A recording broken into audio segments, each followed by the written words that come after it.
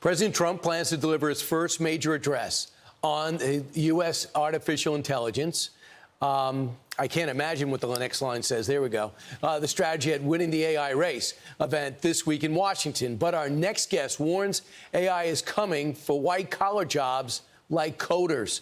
Meanwhile, crucial trade jobs like electricians, welders, and plumbers are seeing massive shortages, which is why there's never been a better time to get into these blue-collar trades. How does that all figure into moving us forward in AI? Mike Rowe, Works Foundation CEO and host of People You Should Know. Mike Rowe joins us now. Mike, I know you were in Pittsburgh last week, and now you're going to be looking, and we're all watching what's happening with AI this week. How does it figure into the roll-up-your-sleeves jobs?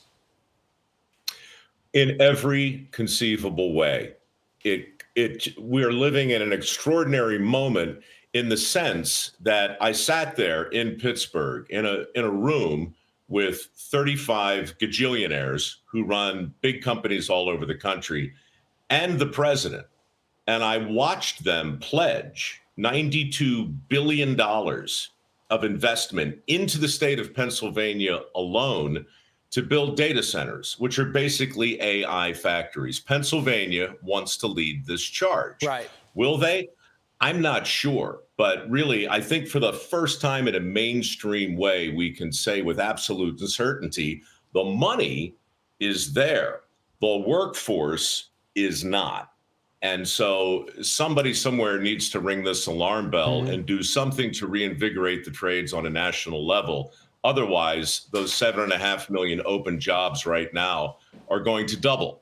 If the president succeeds in doing what he wants to do and reinvigorates manufacturing and reshoring and deindustrialization, that's going to create millions of jobs. The inconvenient truth, Brian, in a nutshell, is that right now we have 500,000 jobs in manufacturing alone that are empty.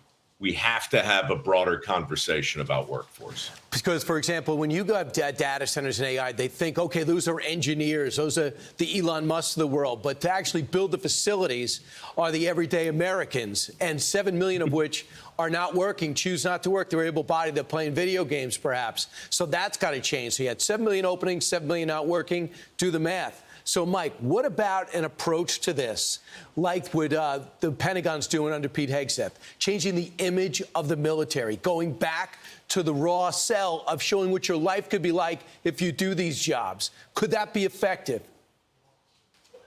100%. Look, these initiatives get poo-pooed a lot because people will say, it's just PR. Well, guess what? Keep America Beautiful, the Weeping Indian, that was just PR. And that affirmatively changed America's relationship with littering. We need something like that for the trades. I started mikeroweWorks on Labor Day 17 years ago with the slogan, make work cool again. Now I'm doing it in a micro way. You're saying, should we do it in a macro way? And the answer is abso-freaking-lutely. We did it in South Dakota. It works. We're talking to the governor in Texas about something similar. I'm talking with Dave McCormick, the senator in Pennsylvania, about something similar. The governors are getting it. What I hope the president will do is carve aside a little bit of the money that's being invested into all of this new energy-driven construction and say, let's earmark it to make a more persuasive case, not just to the workers, but to the parents of the young kids who are in the 8th and 9th grade right now. You've got to start there. I say this every week when somebody calls in a panic, like the Maritime Industrial Base. Right now, they're hiring 140,000 tradespeople to do what that guy's doing right there, except on submarines. They've got a massive order of submarines to deliver to the U.S. Navy. They can't find the tradespeople.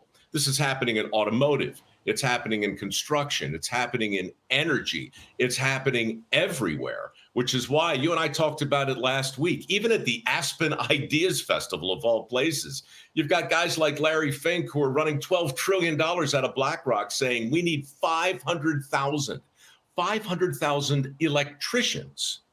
So I'm not an alarmist, but if I were, I'd have a little bell right here, and I'd be going ding, ding, ding. It's time to get serious. I just going back, as I said to you last night.